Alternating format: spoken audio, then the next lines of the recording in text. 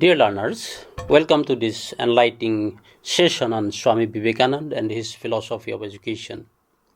Today, we'll look into the profound insights and thoughts of one of the greatest educationists the world has ever seen.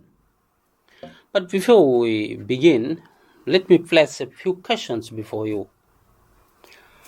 What do you think education truly is? Is it just about acquiring degrees and passing examination? Or is there something more to it?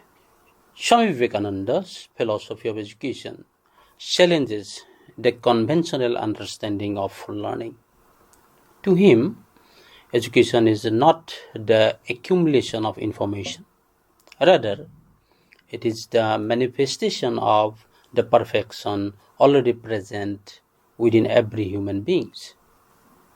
He believed that knowledge is something that comes from outside.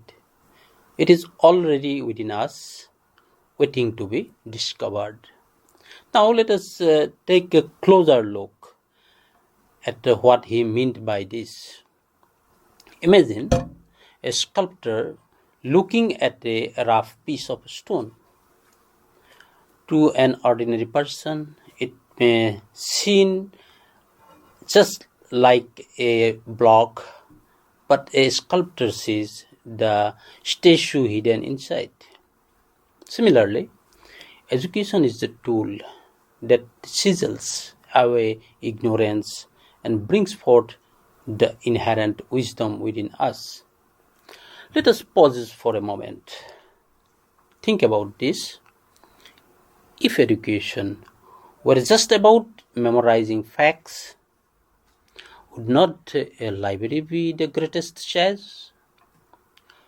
Would not an encyclopedia be an ultimate teacher? But as Swami Vivekananda rightly pointed out, real education is much more than just collecting information. According to Swamiji, education must prepare an individual for the struggle of life. It should not just produce individuals who can speak fluently or recite textbooks. Instead, it should develop character, courage, and the spirit of self-reliance. What does this mean in practical terms? It means that education should empower us to stand on our own feet. It should train our willpower and inner conscience. It should build strong individuals who can contribute to society, not just seek personal success. Vivekananda criticized the prevailing education system for being negative education. And negative education is one that distances us from our culture, weakens our thinking, and doesn't train our willpower. Instead, he advocated for a man-making education, one that builds character and enhances intellectual and vocational development. So, what should be the goal of education? Swamiji answers this beautifully.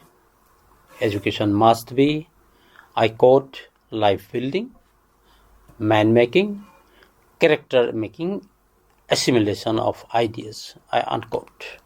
Now let's see what this life building education does means.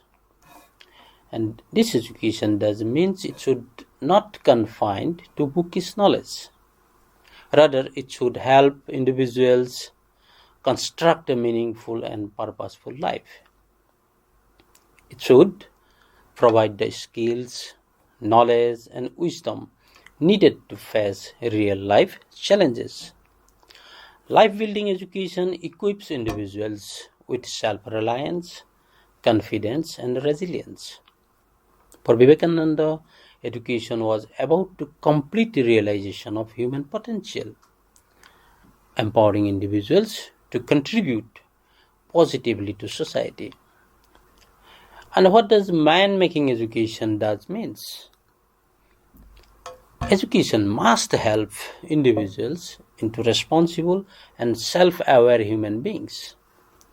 It should nurture qualities like self-discipline, compassion, humility, and perseverance.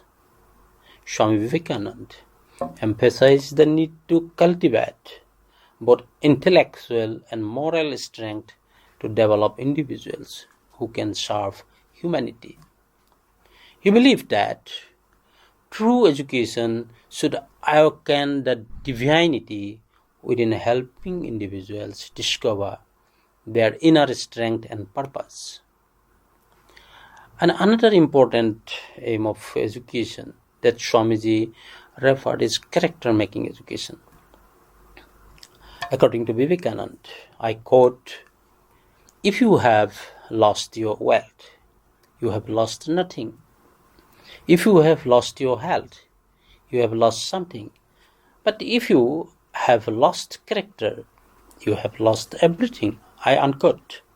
So education must instill ethical values, integrity, and righteousness.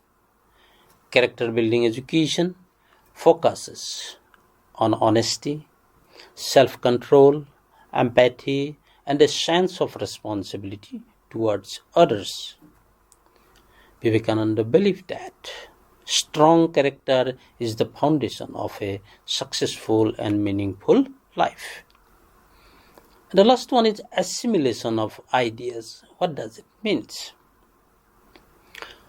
Yes, friends, education is not just about memorizing facts, but about internalizing and applying ideas in life. True learning happens when knowledge is assimilated, understood deeply, and reflected in one's own actions. That's why Vivekananda emphasized practical education, where theoretical knowledge is integrated with real-world application. Swami Vivekananda's philosophy of education is deeply relevant in today's world.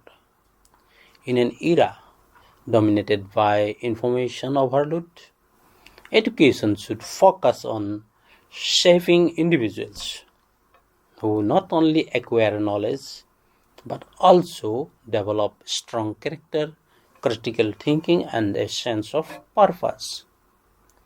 By assimilating ideas that contribute to self-improvement and societal well-being, education can truly become life-building, man-making, and character-making.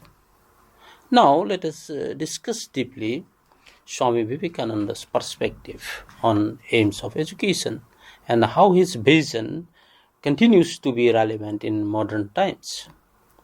The first aim of Vivekananda's education is making a man perfect. He strongly believed that perfection is not something external, but something that already exists within an individual. He stated that all knowledge, both material and spiritual, is inherently present in every human being, but remain hidden under layers of ignorance. Education, therefore, should serve as the tools to remove this veil of ignorance and help individuals realize their true potential. Education should not be limited to books and theories. Rather, it should focus on the all-round development of individual, nurturing both mind and the soul. That's why true education enables a person to attain self-actualization, allowing them to discover their purpose in life and strive for excellence. Second important aims, Swamiji referred to creating self-confidence and self-realization. Swami Vivekananda emphasized that education should instill self-confidence and self-realization in individuals. A truly educated person is not one who merely scores high marks in examination, but one who has self-awareness and understands their inner strength. Education should provide self-knowledge, enabling individuals to become conscious of their hidden potentials. This realization brings not only material prosperity but also liberation from the distraction and sufferings of worldly existence. Swamiji urged people to recognize that they are not just their physical bodies or fluctuating minds but possess an eternal soul that holds immense potential.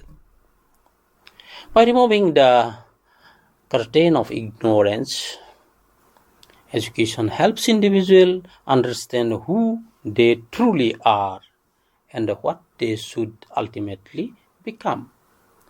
This self-awareness enhances inner strength, courage, and a sense of responsibility towards society. Another important aim he determines is physical and mental development. Swami Vivekananda firmly believed that true education must ensure both physical and mental development. He envisioned education as a means to create men of iron muscles and steel nerves, individuals who are fearless, strong, and capable of nation building. In the word of Swamiji, power is the life and weakness is death. So, to achieve this, he stressed the importance of physical training and discipline. A physically fit body is essential for an active and purposeful life. So he urged all young people to engage in sports, exercise, and yoga to cultivate strength and vitality. However, education is incomplete without mental development. According to Swamiji, a true education is one that enables a child to stand on his own feet, strengthening self-reliance and confidence.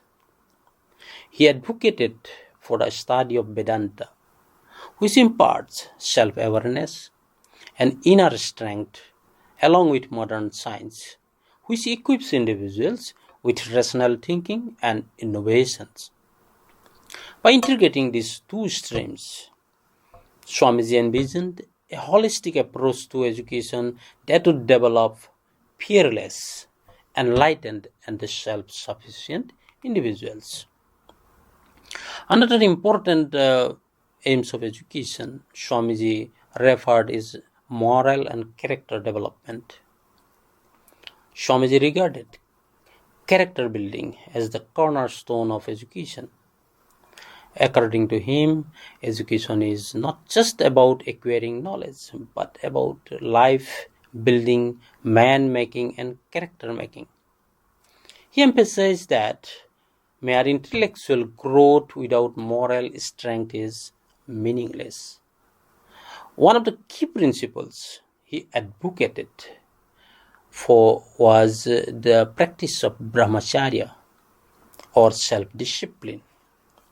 He believed that purity in thoughts, words, and deeds is essential for developing strong character. Self-control, truthfulness, and compassion were virtues he deemed necessary for shaping a noble personality.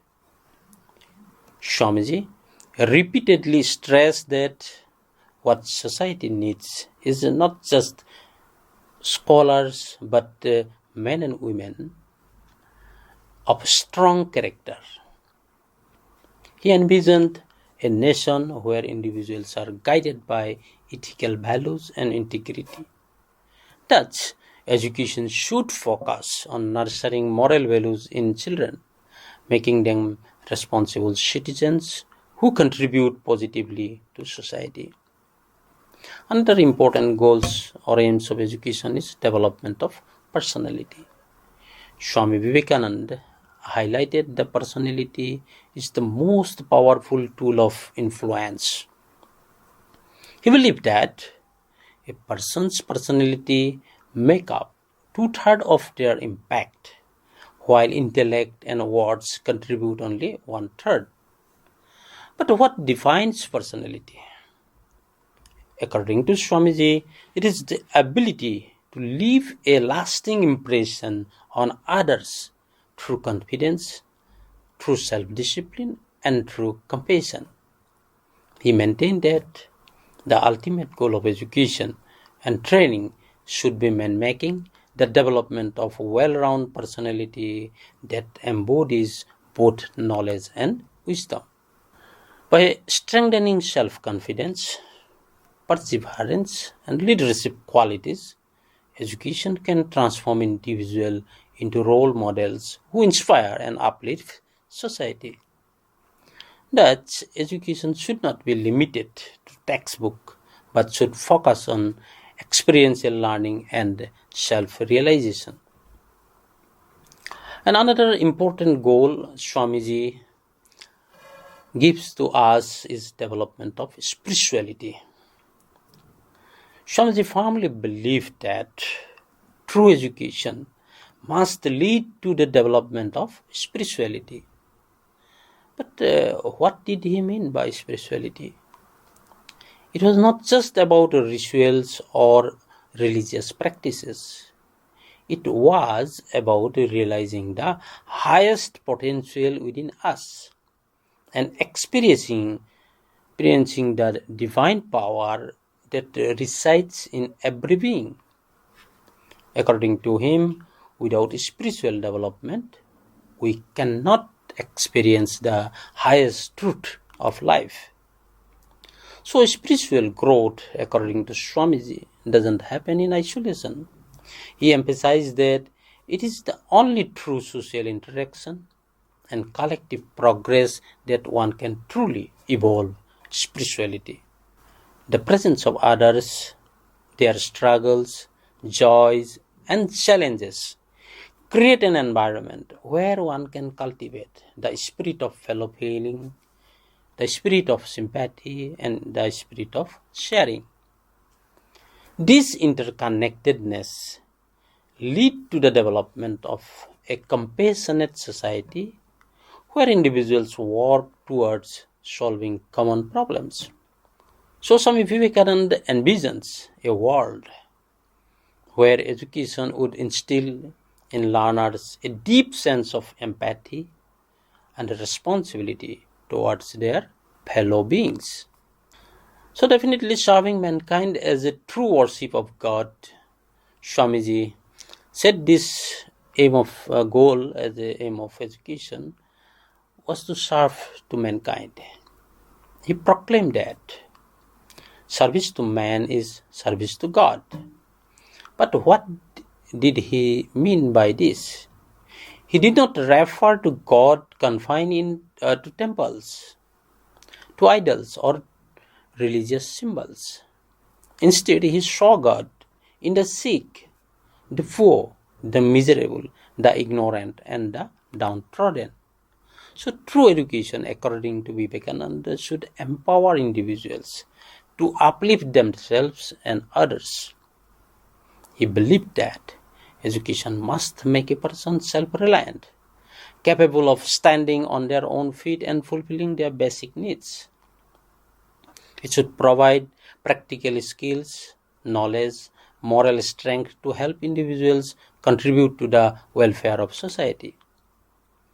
So, education in Vivekananda's vision is not just about acquiring degrees or bookish knowledge. It is about developing inner strength, character, and the will to serve humanity. He wanted education to break the chains of ignorance and poverty, enabling every individual to lead a dignified life. And of course, promotion of universal brotherhood is another Swamiji firmly believed, and he believed in the unity in mankind.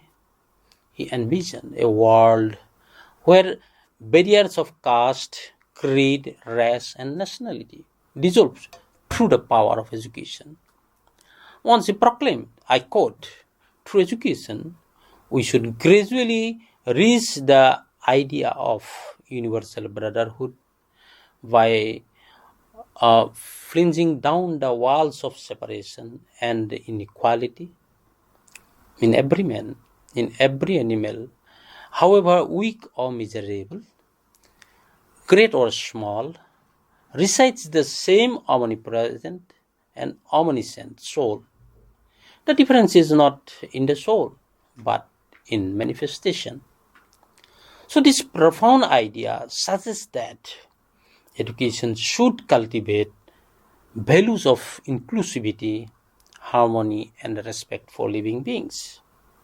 By embracing such ideals, we move towards a world that strengthens peace and cooperation rather than division and conflict. And in today's globalized world, the principle of universal brotherhood is more than relevant than ever. Educational institutions must nurture an environment where students appreciate diversity, engage in constructive dialogues, and develop a sense of global citizenships. Only then we can create a society that values humanity above all distinctions.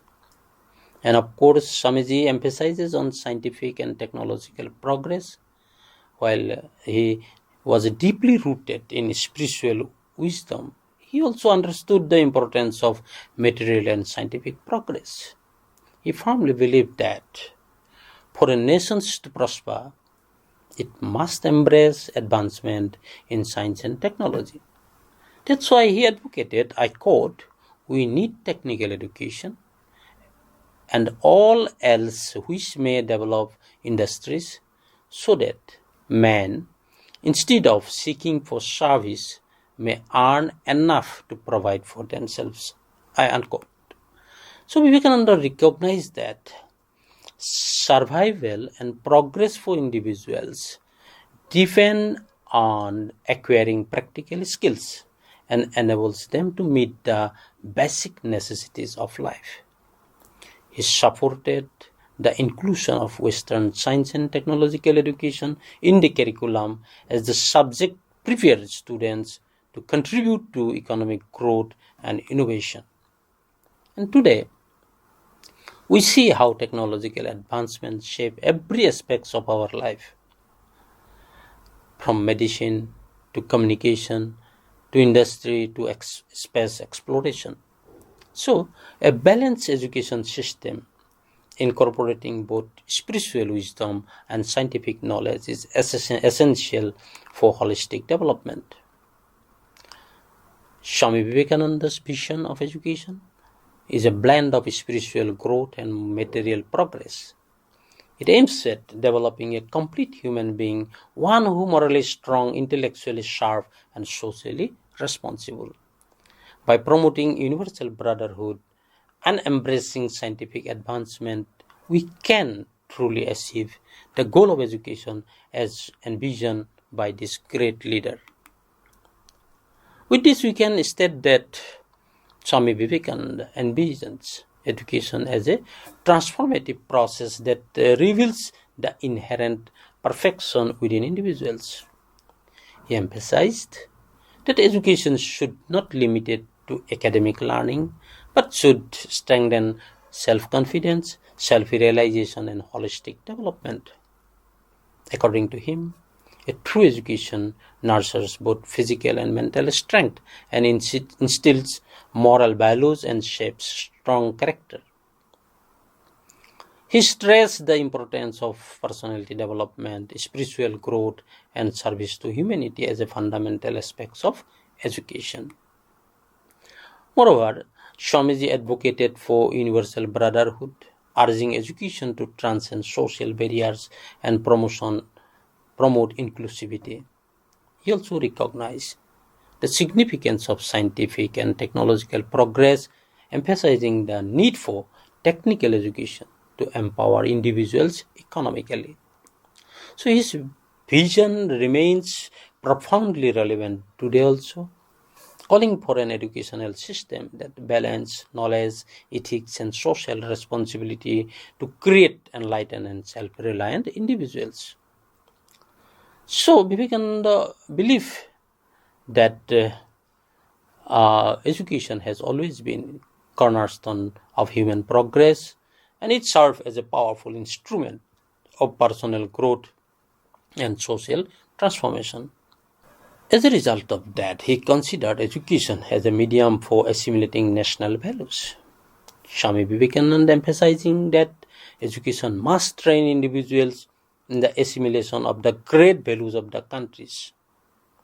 India's spiritual tradition, its commitment for truth, tolerance, self-discipline form the foundation of our national identity.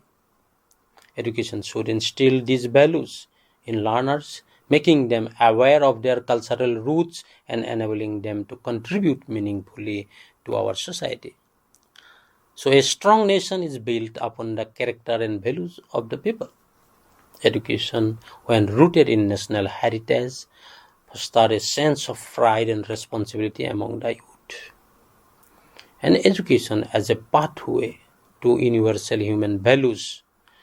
And beyond national values, education must also facilitate the assimilation of universal values, truth, compassion, respect, justice, are values that transcend geographical boundaries.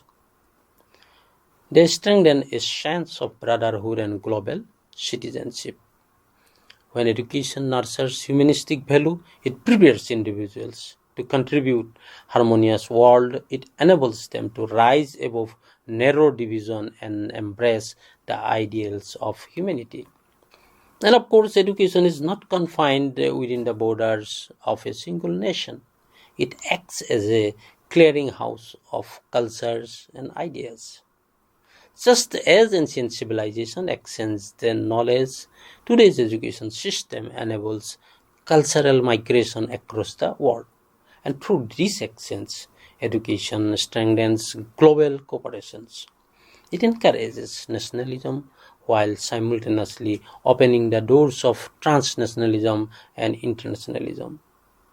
And in an interconnected present world, an educated mind doesn't remain confined to parochial views but embrace a global outlook. That's why education as a catalyst for change and preservation. Swamiji believed that education serves a dual function. It is both a force for preservation and a catalyst for change. While it safeguards cultural heritage, it also adapts a contemporary needs. A dynamic system of education is forward-looking. It welcomes changes, fosters innovation, and prepares individuals to meet future challenges. Education that stagnates loses its relevance. To remain meaningful, it must evolve with time, integrating modern advancement with preserving core values of the country.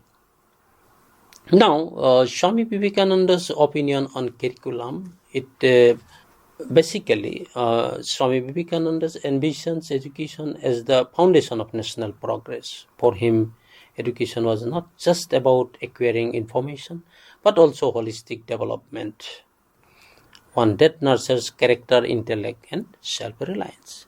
So he firmly believed that education didn't equip individuals for the struggle of life, that didn't cultivate strength of character and resilience, was not worthy of the name. As he famously said, we want the education through which character is formed, strength of mind is increased, intellect is expanded, and by which one can stand on one's own feet. So, Swamiji structured his educational philosophy around three essential aspects.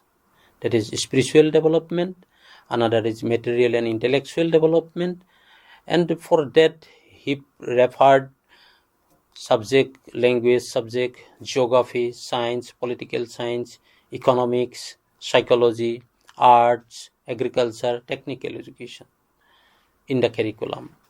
And Vivekananda believed that India's resurgence lay in an education system that balanced theoretical knowledge and practical applications. So he emphasized vocational training as a means for making students independent and productive members of the society. And for physical development, Swamiji believes our students should have the physical vitality, power to sustain in this competitive world, and they can contribute with their inner strength and with their intellect to our society. Today, as we strive to align our education system with holistic development, Swamiji's principles definitely remain more relevant than ever. He called for an education system that nurtures, of course, character is the topmost priority, and the self-reliance, harmonized tradition with modernity continue to inspire educators and learners worldwide, and that's reflection we have seen in NEP 2020 also. And regarding methods of teaching, Swamiji believed that the primary methods of acquiring knowledge is through concentration. He stated that more one focuses the mind, the greater the knowledge acquired. High achievement in various fields, be it art, science, music, or literature, are the results of deep concentration. Swamiji also emphasized traditional methods of instruction that were practiced in ancient gurukulas, where guru and disciples lived together in a familiar atmosphere. He also firmly advocated the practice of yoga for controlling the minds and emotions. Through yoga, students could discipline their mind and prepare themselves for deep learning. In addition, he emphasized the significance of meditation as it helps in the development of mind by enhancing focus, creativity, and self-awareness. Now, another important aspect that Vivekananda place in front of us is discipline in education. And when we hear the word discipline, we often think of strict rules and regulation. But for Swamiji, discipline was not about blind obedience. It was about self-control, self-learning, and the realization of one's inner potential. He believed that true disciplines come from within, not imposed externally. So he believed or advocated for child-centered education. He emphasized that child should be given full freedom to learn, explore, and grow at their own pace. According to him, a child is not an empty vessel to be filled with information, but a being with immense potential waiting to be realized. The role of education is to nurture this potential. Swamiji, that's why, believed that each child is his own teacher. The knowledge he seeks is already latent within him. The external teacher's role is to not to impose knowledge, but to help the child uncover what he already possesses. To require an environment that encourages curiosity, self-inquiry, and independent thinking. And in this regard, Swamiji's vision of discipline in education calls for a transformation in the role of teachers. Instead of enforcing rigid discipline, a teacher should act as a guide, mentor, and inspiration. The teacher should cultivate an atmosphere of respect and freedom, allowing students to learn through their own experience. Last, we have seen the place of teachers. Of course, Swami Vivekananda had a profound views on the role of teacher in the shaping society. According to him, the teacher is not just an instructor, but a guide, a philosopher, and a friend who leads students towards enlightenment and self-realization. Swamiji believed that a good teacher is one who possesses an attitude of renunciation. A true teacher is an individual who influences children through his ideal examples, love for his students, and sympathy towards their difficulties. Teaching should be aligned with the needs, abilities, and interests of the students, thereby nurturing their spiritual growth. He once said, I quote, "Teacher is a philosopher, friend, and guide, helping the students to go forward in his own way." I unquote. This underlines the crucial role of teacher in inspiring and empowering students rather than just imparting knowledge. Now, at the last very important issue that Swamiji raised in 19th century, that was place of women in education. And Swamiji believes one of India's greatest potential leaders was deeply concerned about the status of women in India. He firmly believed that the progress of nation depends on the empowerment and education of women. And Swamiji was particularly distressed by the degradation of women in India.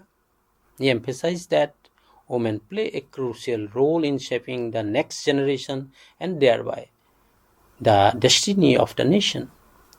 According to him, there could be no progress for India unless the conditions of women was improved. And he once remarked, I quote, "There is no chance for the welfare of the world unless the condition of women is improved." And he firmly believed unless India restored the dignity and honor of its women, it could never regain its lost glory. That's why one of the most profound ideas Swamiji propagated was that the Atma or soul has no gender. He urged people to rise above the superficial distinction of male and female and recognize all as human beings. And he frequently quoted from ancient scripture, reinforcing the ideas that societies that respect women thrive, whereas those that suppress them perish. He cited the words of Manu, where women are respected, there the God delights, and where they are not, all works and efforts come to naught. So, he insisted that women must be empowered to solve their own problems and that the only part of this was education. And he declared, if you do not rise the women who are the living embodiment of the Divine Mother, do not think that you have any other way to rise. So friends, these are the great principles, great perspective of education that Vivekananda placed in front of us. So with this, we want to conclude this discussion. Let's take inspiration from this great man's ideals and work towards an education that shapes individuals with wisdom, strength, and compassion. Thank you for being a part of this session. Looking forward to meet you again. Thank you very much.